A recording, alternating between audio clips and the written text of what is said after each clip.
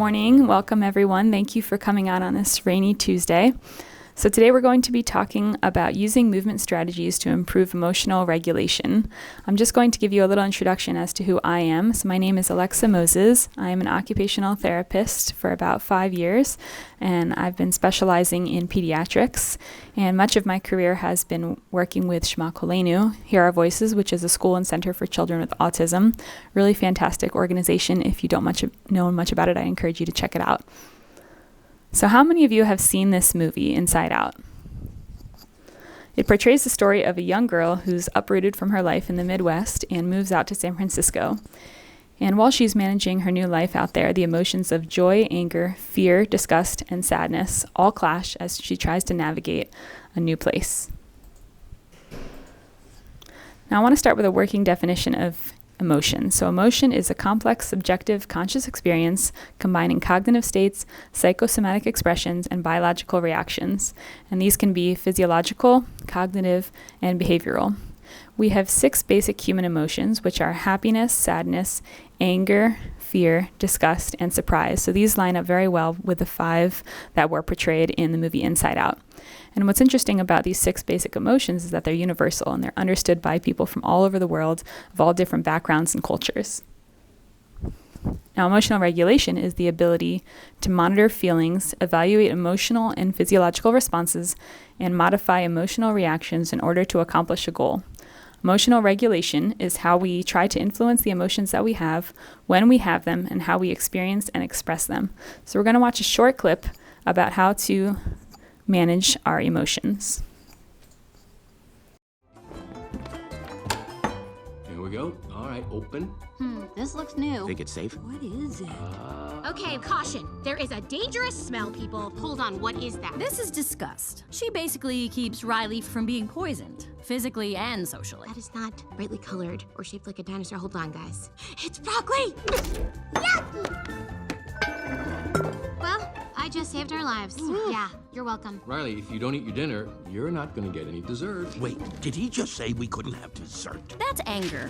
He cares very deeply about things being fair. So that's how you want to play it, old man? No dessert? Oh, sure. We'll eat our dinner right after you eat this. Riley, here comes an airplane. Oh, airplane. We got an airplane, everybody.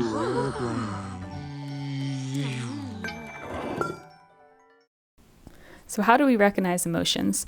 Well, the first step in recognizing emotions is recognizing them in ourselves, because if we can recognize them in ourselves, then we can recognize them in other people as well.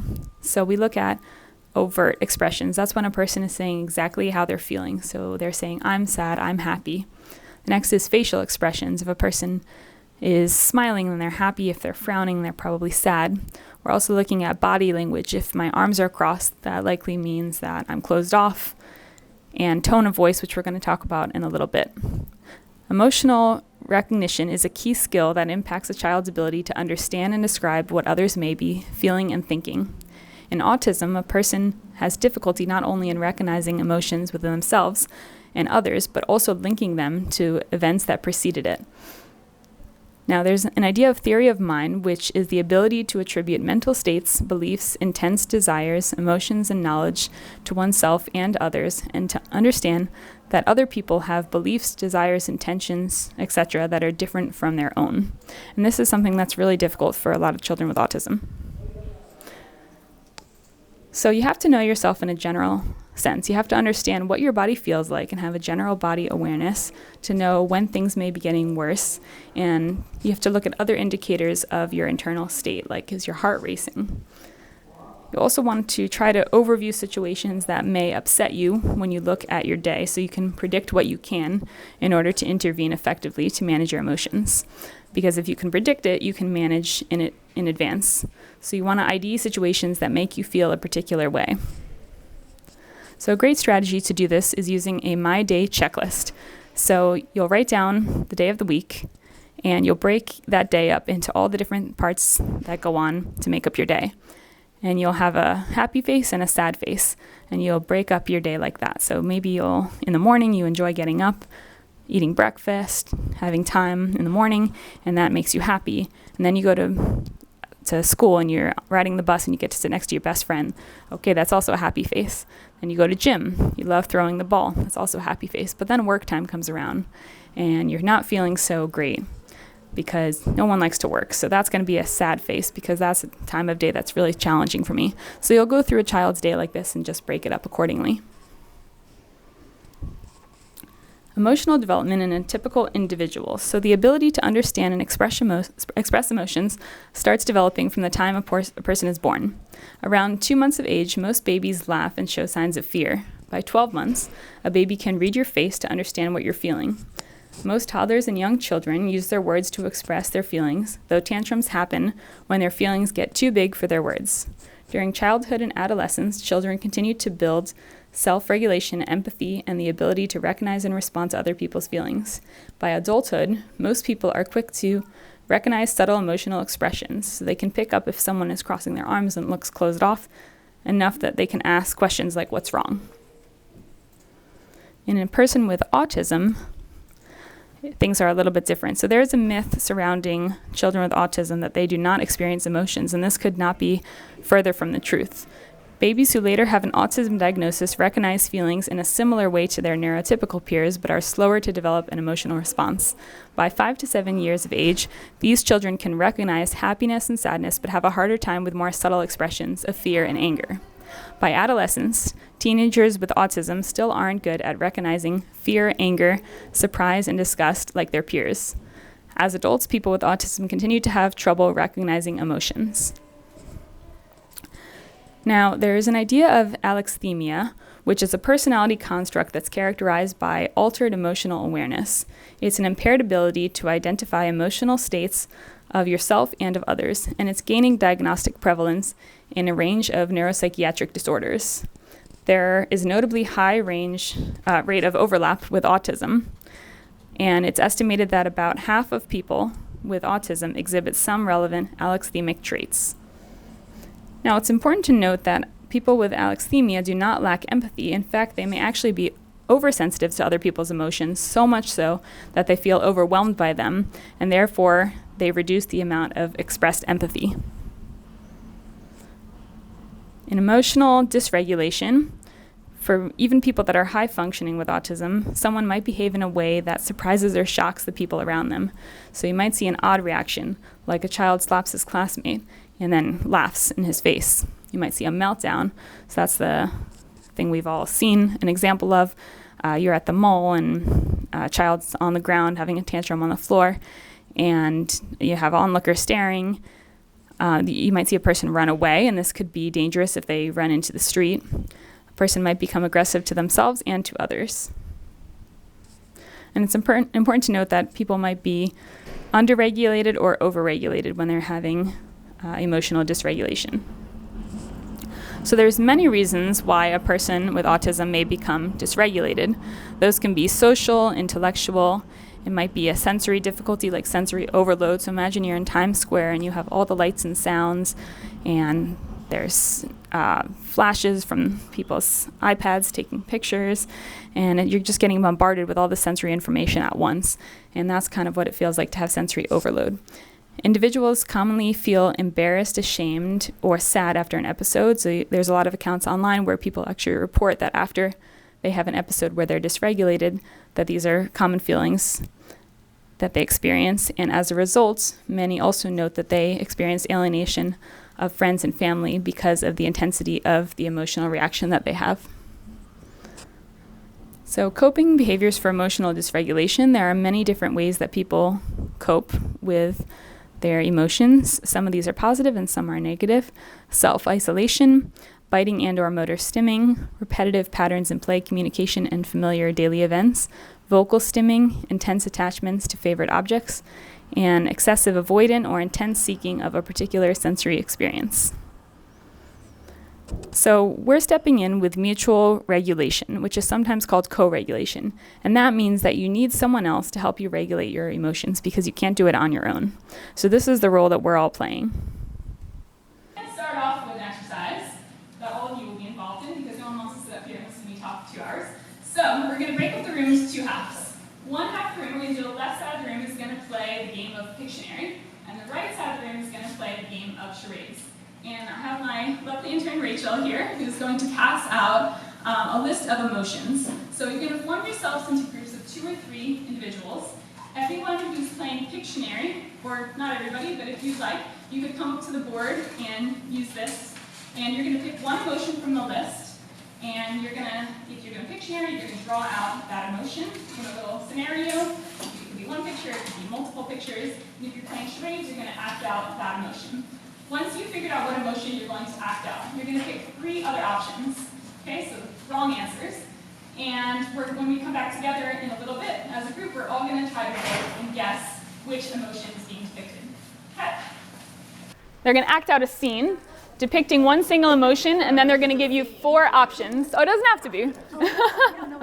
You're going to give you 4 options of what emotion that they're using, and then you're going to vote by a show of hands as to which emotion is actually being shown here. Tell them like the 4 emotions? Yeah, sure, you could tell them now. Okay. Frustrated, embarrassed, distracted. Yeah.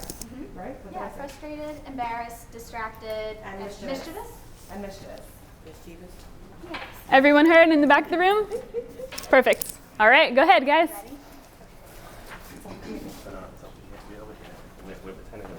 So the idea is. No, Oh, yeah, you can't talk. Charades. My bad.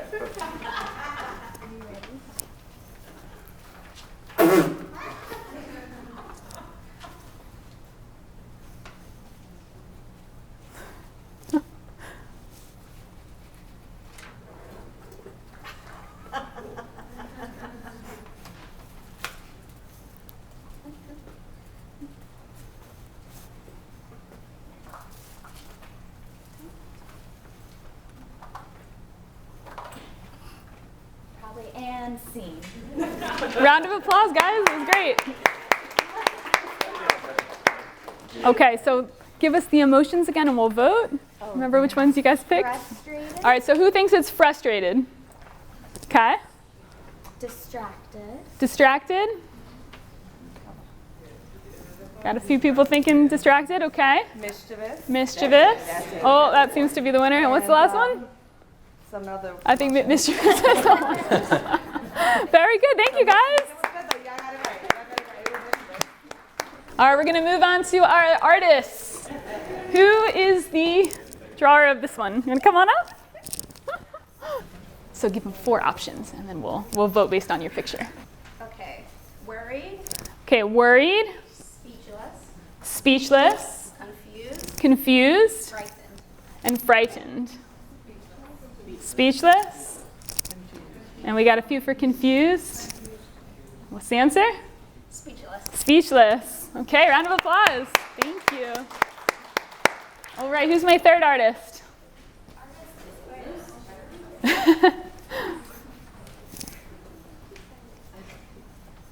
These are tears for this, you can't see that. Upset. Okay, upset. Anyone think upset? So far, so good. Okay. Pain. Pain. Sad. Sad. Embarrassed. And embarrassed. Pain, embarrassed. I hear sad. All right, what's the answer? Pain. It's pain. Nice job. Thank you. Okay, so we're going to talk about how we can teach emotions to individuals with autism. So, overt. We said overt was when you state exactly how you're feeling. If you're happy, if you're sad, whatever that is. That will only work if the child already understands the meaning of a particular emotion. So this is the first step in understanding emotions, is beginning to teach them, because if we don't know what they are, how can we begin to figure out how to manage them? So facial expressions is another important thing to teach when it comes to teaching emotions. There is something called stages of learning emotion cards. And they're kind of like a cool strategy because they show the upper body and the face, and they clearly depict one single emotion. So it's useful to use these pictures because it's less pressure than using it in an actual social situation. And once the person has the skills to recognize an emotion on the pictures, then when they do it in an actual social situation, it will be easier for them. There is also an emotions wall chart, which we'll see on the next slide. Now, tone of voice is another great strategy for teaching emotions. So what I like to do is pick out a sentence or two from a book and read it with different tones of voice, not only because it's a great way to teach emotions, but also because it's fun to do different voices. So think about if I say, "Where are you going?" And then think about if I say, "Where are you going?" That's a totally different way of changing the meaning. So in those two examples I just gave, think about the emphasis that I put on the words. So in the first one, I had more emphasis on the word where, because I cared more about where that person is going. And in the second, where are you going? Maybe asking more of directed at that person because I want to know where specifically you're going. Also think about the volume that I used. So when I was curious, there was no heightened volume. And when I was angry, I used a much louder volume. And then the speed of speech, too. If you're talking fast, if you're talking slow, can indicate different emotions that you may be feeling. Then also the use of a recording. So this is helpful to either record yourself saying a particular emotion or reading a sentence or talking about something, and then having the child name that emotion. And not only to name that emotion, but to also ask why is that emotion being used in this recording. And you can also have the child record themselves with a different tone of voice or different emotion. And then they can also state for themselves what tone of voice and what emotion is being used through that tone of voice. And again, it's important to ask why. Okay, and then body language. So this is important for some children who are actually very good at being able to depict what emotion is being displayed by body language, because they don't actually need to look at anybody in their eyes or look at the face to figure out the emotion. But this is not true for all children with autism. So kind of like the exercise we just did, drawing cartoons can be a really helpful strategy. And then, of course, for nonverbal individuals, using an AAC device or sign language is helpful for teaching emotions. Okay, so this is the emotions wall chart. They have many of these materials available if you wanted to print them for your classroom or download them from online, or I think they even sell them in a number of places so you can have a big poster size. And the child can actually go over to a picture and indicate from the picture how they're feeling. Okay, so now that we know what emotions are, we can figure out how to manage them. So we want to train children with autism to name the emotion they experience, as well as how to associate it with a triggering event. So there's two different ways to do this. Mitigating is when the parent, teacher, therapist, whoever it happens to be, modifies the environment somehow to help the person to self-regulate. So let's say I'm in a multisensory room with a child, and he is freaking out, very unhappy, and all I had to do was go over to the window and shut it because he's cold and there's a draft coming in. So that's mitigating. And coping is what we want to actually try to teach today, where the student is taught to cope within their own context and manage an emotion themselves. So there are various coping skills that are used to help teach somebody to manage their emotions. Not all of these are negative, some are positive. Distraction, support seeking, positive cognitive restructuring, escape, problem solving, rumination, helplessness, and social withdrawal. And we'll go into some more of these in more detail. So let's start with distraction. So distraction doesn't necessarily have to be a bad thing. It could be selecting an activity that will distract a person during a difficult task so that they don't become upset or dysregulated. You can also focus on the positive instead of ruminating on the negative. And the distraction item could be something tactile, or it doesn't have to be an item. It could be auditory distraction, visual, or cognitive. So we all know the fidget spinners that are commonly used. But something that I like to use is actually Snapchat. It can be a great way to redirect an overpowering emotion and get the person who is having a difficult time self-regulating back on task. Now, I will say as a disclaimer, if you do use Snapchat with your child, make sure not to send the pictures, obviously, to anyone. Just take the picture and then you can delete it. So for those of you who are not familiar with Snapchat, it's an app that you can download on your phone or iPad, and it lets you select different faces and little, like there's glasses that you can add to your face, or you can put like an animal on top of your head, and there's all these different filters. So the nice thing about the Snapchat is that it's a good incentive base, because so often our positive reinforcements are linked to food incentives. So this is kind of something different. Also, having the filters gives an opportunity for the child to be more autonomous and to scroll through with their finger and select if they want to have their eyes bulging out of their head or if they want to have an animal on top of their head or whatever it is. So it kind of gives them some autonomy. It also improves body awareness and grounds them in reality because they have to understand if they do pick the icon that has the little cat on top of their head, that there's not actually a cat on top of my head. I'm just playing with the app. And it's also important for understanding where their body is in space, because if they move out of the range of the lens, then the filter will go away. And there are multiple filters where you can be with another person. So, two people could be wearing these like little sunglasses. And so it kind of gives you an idea of relating to another person. So I think it's a great app in terms of working with children with autism. It also has indirect OT benefits, such as finger isolation, because they have to use one finger to scroll to the next icon. And they also have to have precision of movement so that they don't X out of the little filters. Okay. So in order to teach these emotions, we have to also understand when is a good time to ask for help.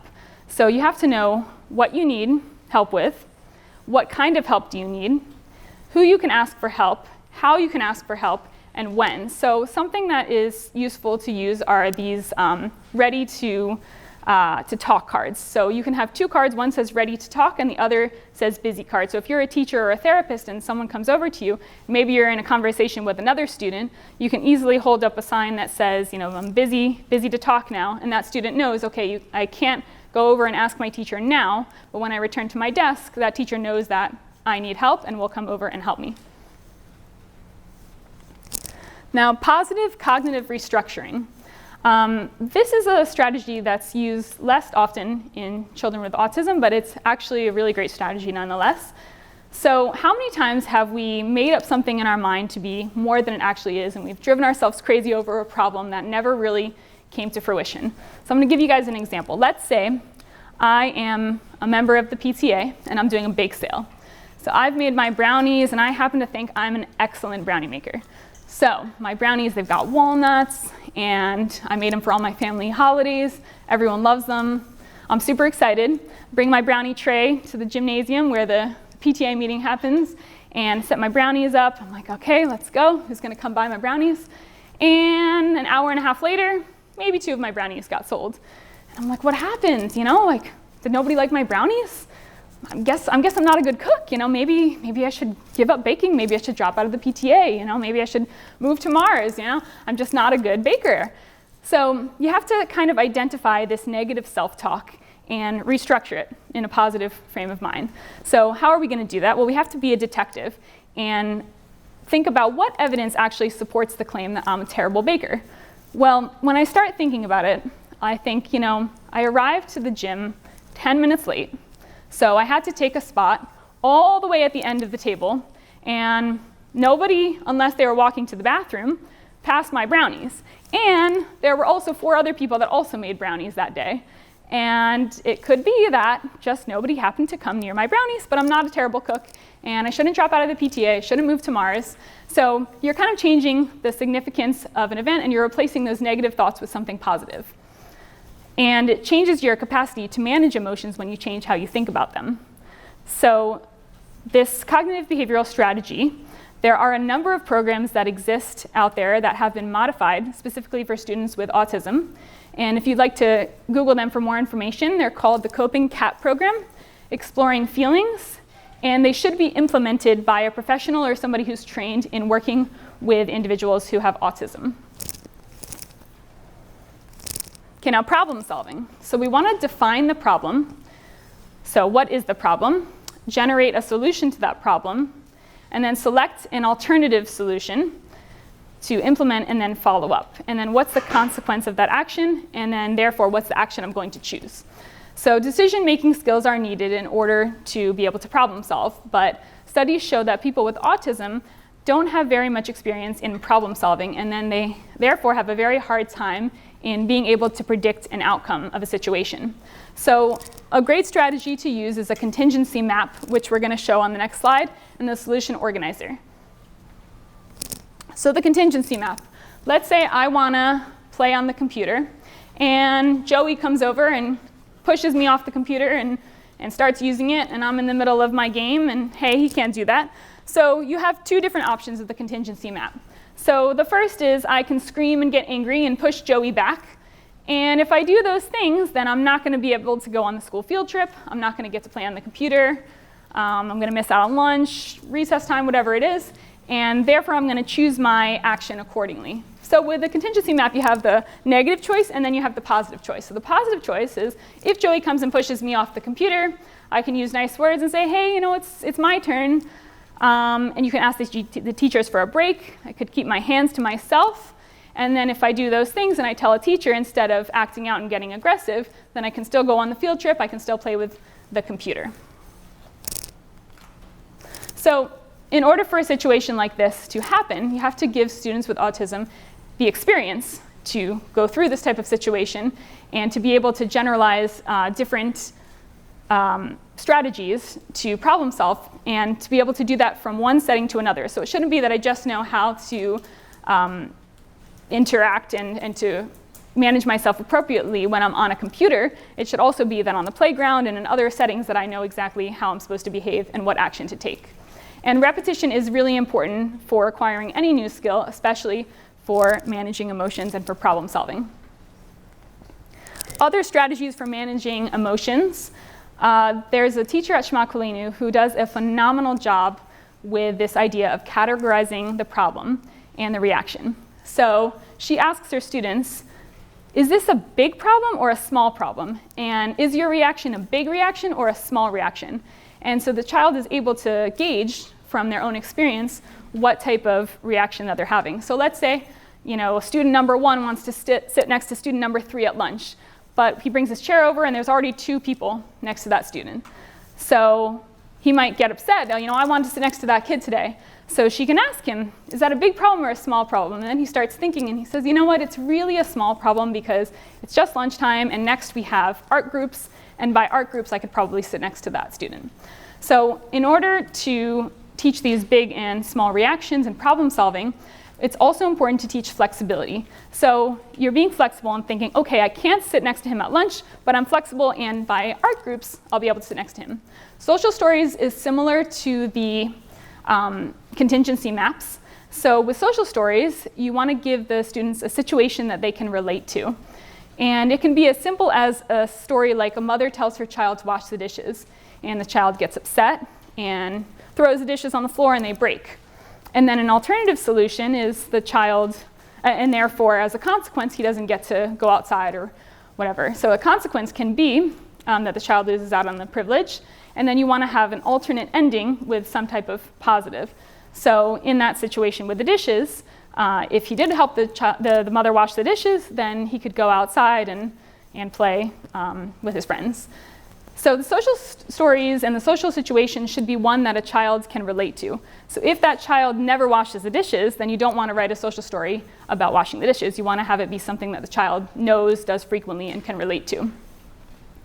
Okay, so also in teaching these type of emotions this way, it's important to ask why the child felt that way. So just how we talked about earlier, the why, it's a really important component when you're teaching any emotions and also for managing emotions. Using deep breaths and de-escalating before it escalates. So being able to predict that a situation is going to make me feel a particular way and to take steps to intervene before it becomes a big, serious meltdown. And then making a game plan in neutral time. So when everything is going great, you want to have a plan for when things are not going so great. So this happens to all of us when we all become dysregulated or something makes us all upset. So for children and adults, we want to know what we can do to help calm ourselves. Now, we also have to think about when to teach managing emotions, because if a child is in the middle of a major tantrum, it's probably not the best time to pull them aside and say, well, you know, hey, we're going to talk about managing your emotions and we're going to figure out strategies. The child's in the middle of a major meltdown. They're not listening to a word that you're saying. So we have to figure out when exactly is the right time to approach this child and teach them. And that works by practicing outside of the actual situation. It's also important to practice in the actual context that the behavior occurs. And it might mean that you have to plan a time for the practice or to set up a scenario so that such a scenario can take place. And it's important to also generalize across individuals, because if I only know how to manage my emotions when I'm interacting with this teacher, what happens when the gym teacher comes and I have no idea how to manage my emotions with her? So we also have the anger scale, which is a 5-point rating scale. It also comes with pictures. It's great for a student being able to identify, when they're feeling great and not feeling that great. Okay, other ways to manage emotions. So breaking down a challenging task. That's on a scale of 1 to 5. 1 being that I can do this work completely by myself and I don't need any help. And 5 being that this work is way too hard for me. I'm not able to work on my own and someone's going to have to come over and help me. And then there's a hierarchy of other numbers in between. There are also movement exercises, which we're going to go over in a little bit, and mindfulness, which is the practice of quieting the mind, paying attention to the present moment non-judgmentally, and you can also use meditation, yoga, and dance movement therapies. All great strategies. Okay, so we're going to use progressive muscle relaxation. We're going to do a little example of this in a minute. It reduces anxiety, promotes self-control, improves sleep, and a number of studies have shown that there are behavioral improvements for those with autism who practice progressive muscle relaxation. And there are scripts for children, which is one of the exercises that we're going to do right now. All right, so we are going to do a legs and feet exercise. So if you'd like, please close your eyes and listen to the sound of my voice. So we're going to pretend that you're standing barefoot in a big, fat mud puddle. Squish your toes deep down into the mud.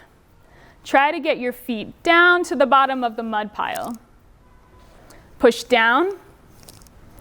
Spread your toes apart.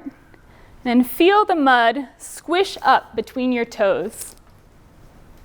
Now step out of the mud puddle. Relax your feet. Let your toes go loose and feel how nice it is.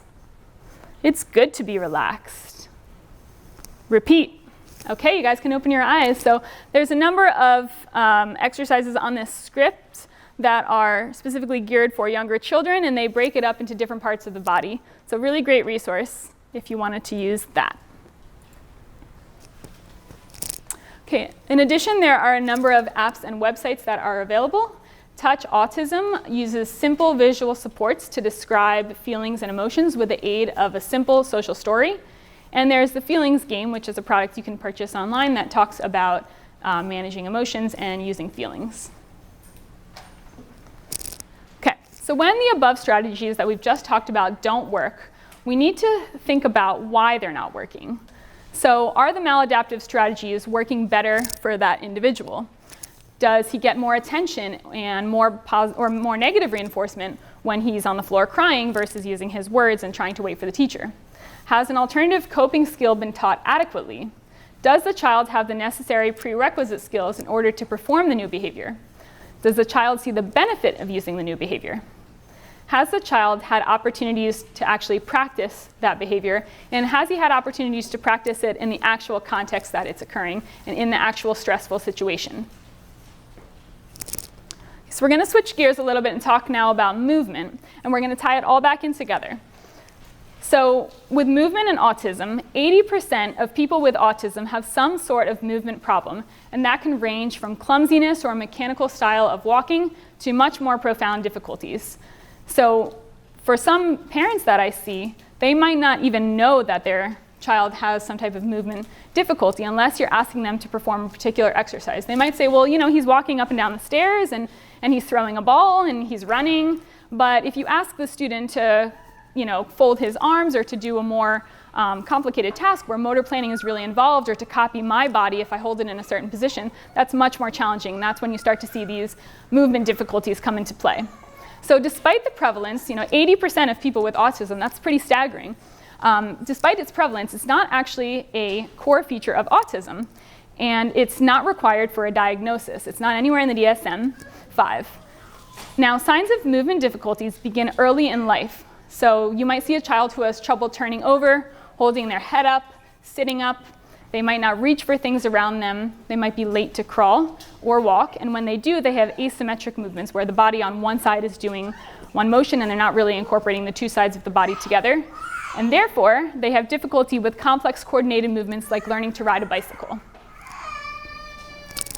So we're going to talk about some movement strategies. So the first is just plain old exercises, quick bursts of emotional energy. So you can have your child sprint down the hall, jump on a trampoline, anything that kind of gets them up and moving right away. Creative destruction is a really nice strategy, especially for a lot of children who love to be tactile and involved in using their hands. So they can shred paper in a bin, they can crush cans into a recycling bin, and you can also have them engage in constructive service, which is when they're helping around in the classroom. So they can help to stack chairs, they could put library books back on the shelf.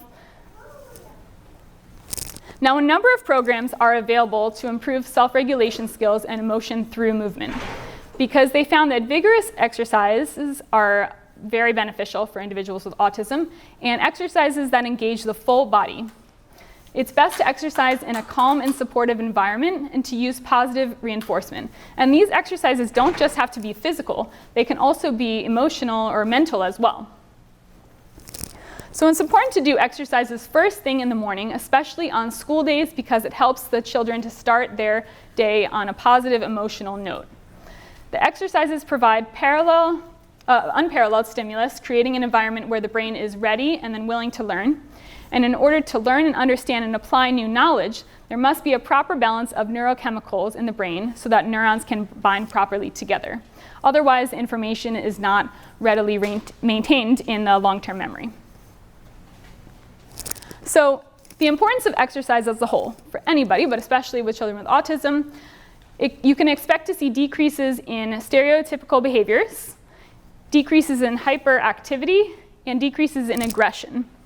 Now, students with autism can expect to show increases, so the positives are overall health, weight loss, coordination, endurance, motor planning, body awareness, strength, both upper and lower body, mind, coping skills, quality of life, and exercise for anyone helps to prevent bone loss and joint problems later in life.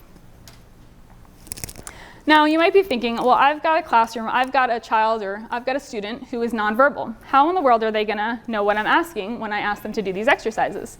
So the old adage of practice makes perfect holds true in this situation as well. So we're going to have to do a lot of repetition for them to understand what we're asking them to do. And we're going to provide physical assistance and work very closely one-on-one with that individual, especially with younger students and nonverbal students for whom these exercises might be completely brand new for them. And also using a picture board or a visual schedule is really important for making them aware of what you're asking them to do. Now, the nice thing about these exercises is that you can engage in them with your child. So I had one parent who is working on building her son's upper body strength. And she said, I really want him to be stronger. What can I do? So I suggested, do you ever go to the park with him? She said, yeah, all the time. So I said, it would be really helpful if he were to hang off of the monkey bars. And she was like, yeah, that's a great idea. I also need to work on my upper body strength. And I said, why don't you do it with him? So she started going to the park, and she's showing some progress in how long she can hang on the monkey bars. So it's nice to know that these exercises that I've set up, there's something that you can do with your child alongside them or help them out when they need it. And they're easy for everyone to perform, no matter your exercise or fitness level. All right, so we're going to go through some examples. Okay, so the first is a medicine ball throw. So I'm going to take a ball. Doesn't have to be anything major. I think this is 3 pounds. You could do something even smaller, or you could do something way harder. You might even see people doing this at the gym. So the benefits are increased strength, balance, coordination, and possible short-term memory. So the equipment that you need, medicine ball, or anything weighted. So how I'm going to do it is I'm going to stand with the ball over my head, straight arms, and sucking in my stomach, and I'm going to throw it down as hard as I can. Okay, real simple. And how you can assist, I'm actually going to have Rachel please to step up, or if anyone else would like to assist, they're more than welcome. So she's going to hold the ball over her head, and I'm going to help out by making sure that her arms are straight up, so I might intervene, and then I'll ask her to throw it down as hard as she can. Very nice. Thank you. Okay, and then a way to challenge it is also to increase the number of reps. If you need to make it easier, obviously you could help the child by what I just showed, or you can have the student switch to a lighter ball. If you find that the ball is too heavy and the student is having a really hard time and the ball is here on top of their head, you're going to probably want to use a lighter ball. Okay, star jumps. So star jumps, benefits are increased cardiovascular endurance, strength in the legs and core, and body awareness. Now you don't need any equipment for this exercise. So you're going to start off in a squat position, and you're going to end up in an X like this. So you're going to go from a squat position where my whole body is in a squat, and all of a sudden I'm going to jump up, and my body is going into a big X. So how you can help a student who is having difficulty with this, you can have the person positioned and walk them through each part of their body to perform the exercise slowly rather than performing a quick jump. So you might help that person move from the squat position, and okay, now your arm goes up here and your other arm goes up here. You're going to move your one leg out and your other leg out, so that way the student is understanding what you're asking of them. And a way to challenge this is to increase the speed or the number of reps. Oh, I'm still on medicine ball throw, my bad. There we go, that's what the star jump should look like. Okay, arm circles is the next one. So the benefits of arm circles increases your flexibility, your shoulder strength, decreases arm flapping or clapping, or hand flapping even. You also don't need any equipment for this exercise. So you're going to stand, arms out, and you're going to make small circles with the arms. We've probably all done this in gym class at some point when we were younger. Okay? So if you need assistance, Rachel, could you please come up? Perfect. Rachel's going to be my assistant for the day. She's going to be my student. Okay, so I'm going to help hold the student's arms out to the side, and you're going to make small circles alongside that student. Okay? And then you can go the opposite way. Thank you. Okay, so a way to assist is as I just showed, and a way to challenge the exercise is to increase the circles. So the size of the circles, if you're making big circles, it's harder. You're using more of your shoulders. And to increase the overall number of arm circles performed. Okay, mirror me. So this is an exercise where an individual is going to copy my body position onto their own. So benefits of this are coordination, body awareness, turn taking, and social skills. You also don't need any equipment for this exercise. So, sorry, I'm going to keep calling you up. So Rachel's going to copy how my body is positioned with her own body. So I'm going to stand like this. Oh, it's just down. So she's copying my body position in the proper way. If she needs me to help her, I would maybe come over and assist positioning each part of her body. Or if it's too overwhelming to do, you know, with the legs and the arms, and maybe I'm turning my head, then you could just stick to one body position. Thank you. Okay, and a way to challenge it is you can actually have your student pair off with another student, and they can match the body position of the original student as if looking in a mirror. So they're going to do the reverse. So if my right arm is up, then that student's left arm is going to go up to match how it would look if they were looking in a mirror. Okay, now the grab ball complex is next. The benefits of this one include the ability to cross midline, which is moving one side of the body across to the other side, range of motion, motor planning, attention, and engagement.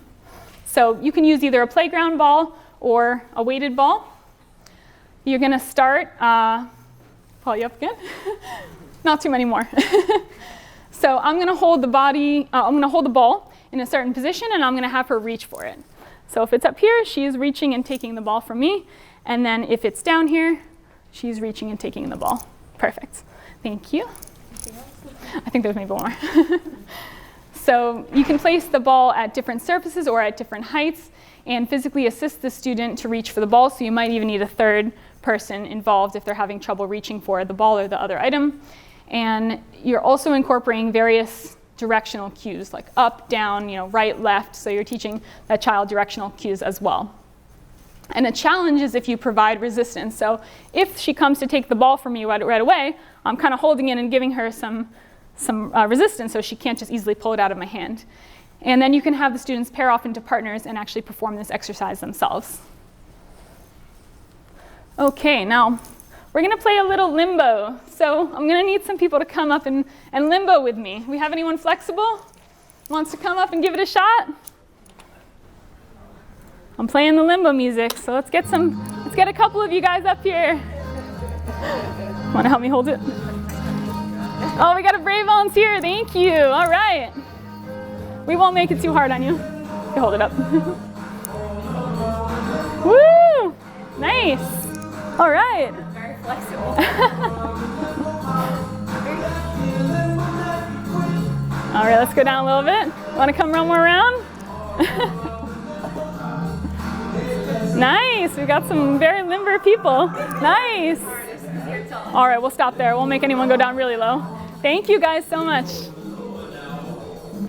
All right, so the benefits of what we just saw, there was increased spatial awareness, motor planning, and turn taking because we had 3 volunteers. Thank you very much for our volunteers. Let's give them a round of applause. And they all had to turn take in order to allow someone before them to come and participate. So the equipment that you really need, it's not much. You could either use a hurdle pole or you can even just use a simple TheraBand. So we don't have to go over the position and the execution because we just all saw it. The assistance that you could provide to a student engaging in the limbo is you could walk with the student or have them simply walk underneath the horizontal polar band, and you can have the height decrease. They don't necessarily need to arch their back. And a challenge would be that you decrease the height, as we saw, and encourage the people to have a straight back as they go. Now, resistive bands. These are great because they involve the whole body, strengthening, and they help support back and spine health. So all you need is a TheraBand, like this yellow one here. It can be graded by color, so this is fairly easy, this yellow band. They have them all the way up to, I think, the black band, which is really hard. And you can do a series of different exercises. I'm not going to go through them all because there's so many things you can do with this. But just as an example, one exercise you can perform is you can stand on your TheraBand. And I'm going to do bicep curls. So I'm going to hold on to the 2 sides of the yellow TheraBand, and I'm going to bend my arms up and down, keeping them nice and straight at my side. And there's a million other things that you can do with a TheraBand. If you Google, you'll see that there's so many. So a way to assist is to hold the TheraBand alongside the student and help pull the bands, and simply hold the bands while the student pulls the TheraBand in various directions. So you could even, have them, you hold it here, and all they're simply doing is just pulling. Okay, because that's still giving their resistance. And a way to increase the challenge would be to use a more difficult TheraBands. So as I said, they come in many different colors, and yellow is pretty easy. Okay, now body squats. So this girl in the picture is using a ball to kind of assist her, but we're going to do it just standing, or you could use the wall if you find that that's helpful. So body squats, the benefits are increased gait, running, and jumping. So you don't really need any equipment for this, but if you wanted to use a medicine ball like the girl in the picture before, then that's fine. It incorporates an additional challenge. So you're going to start standing and bending with your knees and not with your back. You're going to squat down, almost as if you're sitting on a toilet or a chair, and then come back up.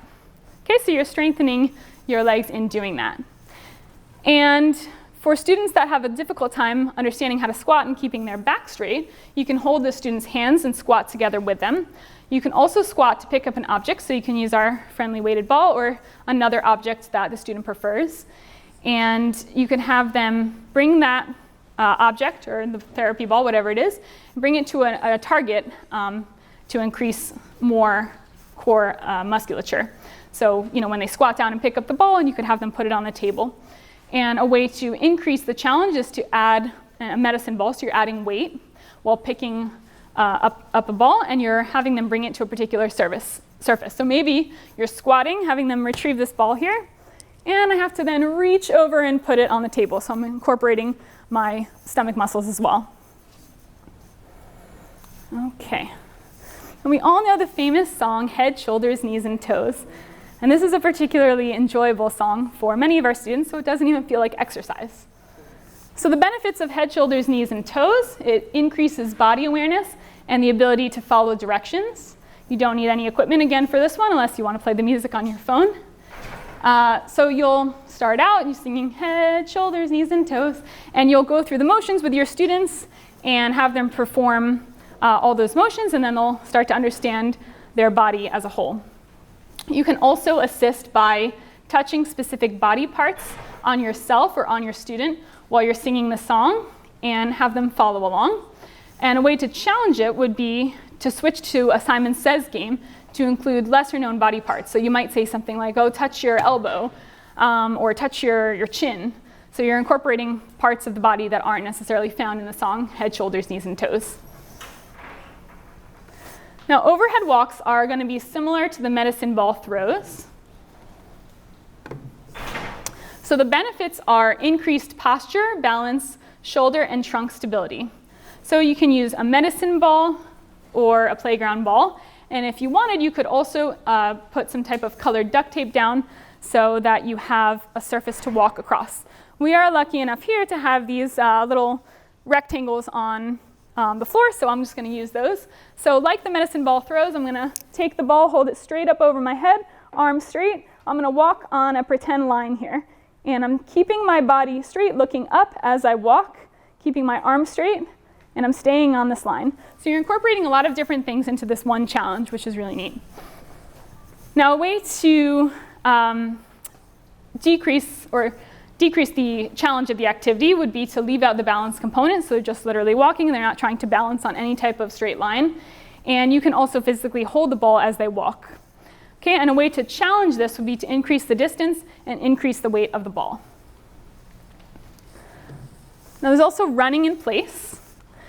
So the benefits of running in place are increased cardiovascular endurance and hip flexion if you're incorporating the challenge, which I'll go over in a minute. So you can use an optional timer if you'd like. You don't have to. You're going to start standing, and with a timer or whatever you have in place, you're going to have them just run in place. I won't run for you guys. And you're going to have them do that for a period of 20 to 60 seconds intervals. And a way to decrease the challenge is just simply have them run from point A to point B back and forth. And a way to increase is you are also incorporating knee kicks, where you raise your knee high up. So as you run, you're also bringing your knees up. Okay? Now ball toss is, I think, the last one I need you for. So normally you wouldn't be using a weighted ball, but you can if you'd like to incorporate a more challenging component.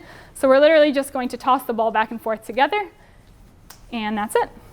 So the benefits of this include eye-hand coordination, because they have to follow the ball as it travels out of my hands, and gross motor skills, because that's a very early developmental skill that children with PT are working on a lot of the times, where they have to learn how to throw a ball and catch it from a particular distance. So you can use balls of different sizes. A tennis ball or a smaller ball is harder. And if you're also trying to throw underhand versus overhand, underhand is easier, overhand adds a more particular challenge, and using two hands to throw versus one hand.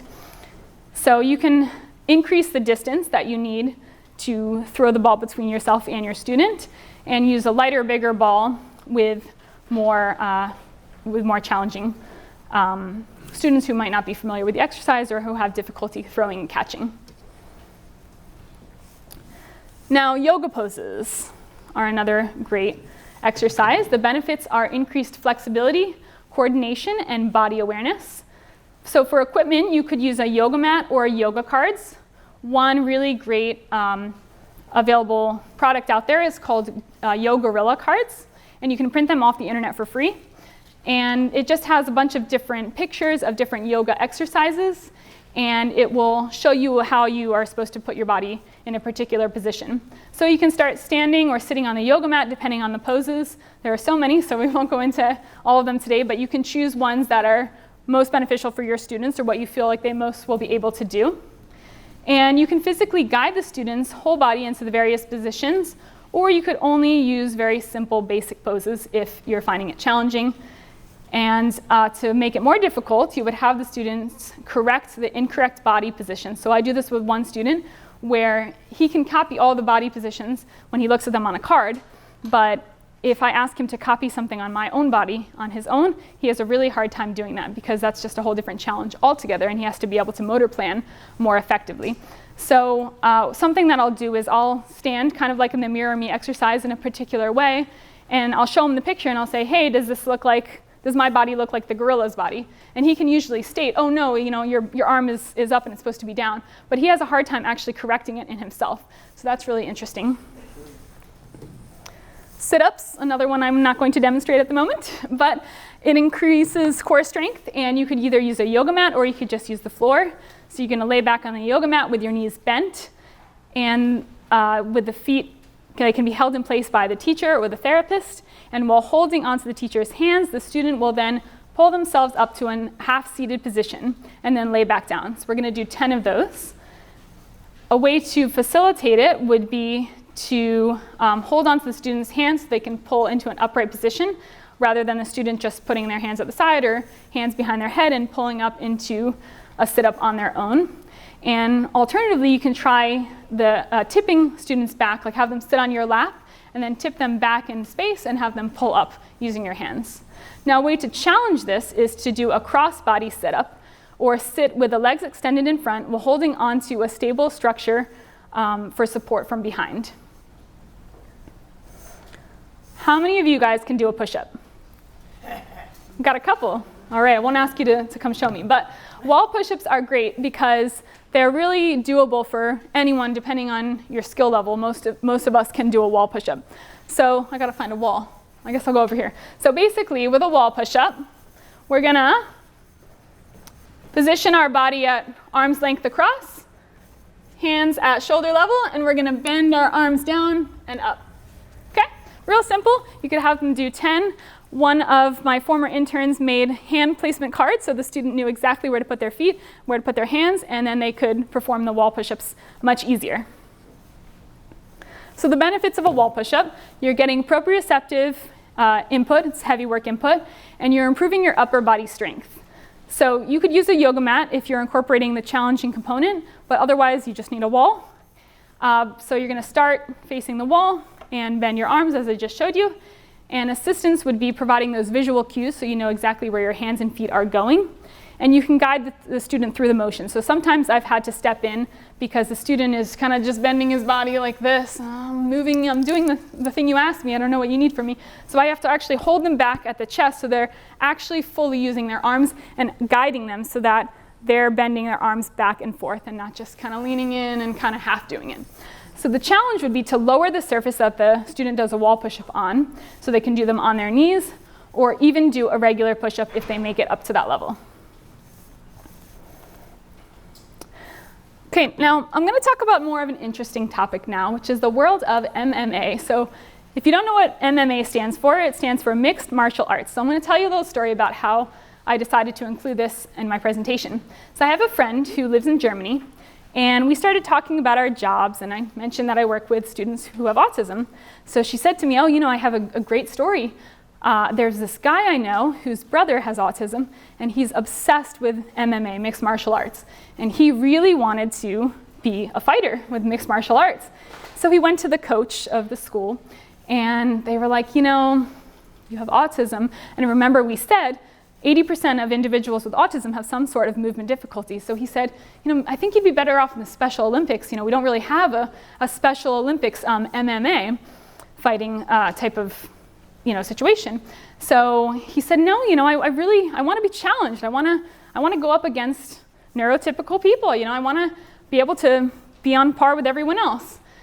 So we're not going to get into the ethical dilemma of what should happen, but I'll tell you that it ended up resulting in a court case where he went down with a lawyer and fought for his right to participate with any neurotypical individual and to fight MMA. So I don't know the outcome. I'm still waiting on her to get back to me on that because I thought it was fascinating.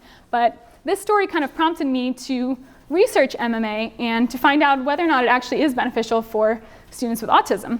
So it turns out that they claim it is one of the most effective treatments for children with autism because that it shows that vigorous, strenuous exercise is associated with decreases in stereotypical behaviors, hyperactivity, aggression, self-injury, and destructiveness. They also found that it improves reaction time, sleep, and memory.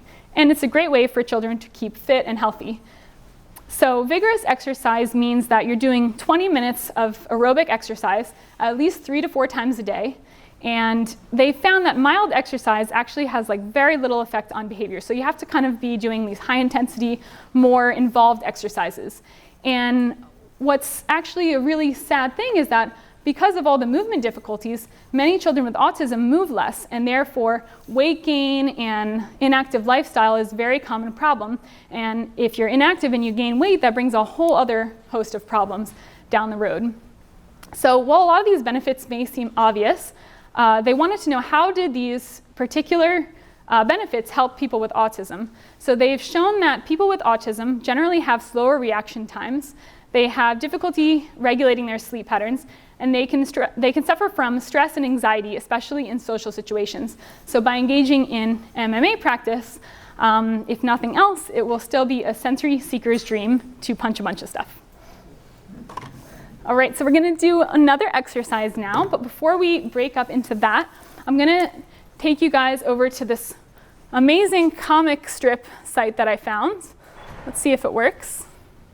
It does. So this is really cool because it allows you to create your own comic strip. So we're going to do an example here. So you can title your comic strip, you can put an author's name, and then you have the ability to select your own cast of characters. So if you click characters, there's all these different people and they're all doing all these cool things. Let's say we pick the mummy. So they have different mummy poses. Let's say I want the first one. And then you can go through and pick like the setting. You can pick a whole bunch of other characters, and you can kind of create your own comic strip in this way. So I thought that was a really nice way to teach children with autism how to manage emotions, almost like the contingency map, but you're adding in your own special components, and you don't have to be a great drawer. And it's fun. Who doesn't like using the computer? So we're going to actually do an exercise where you're all going to get a comic strip yourself, and you're going to make some type of conversation or series of action scenes where you're illustrating a particular emotion. You can incorporate some of the movement exercises if you found those to be helpful. So we're going to pass out some of those. Thank you, Rachel. And on the back of your comic strip, you'll find that there is a second copy. So you can take it home and you can use it with your own student or your own child.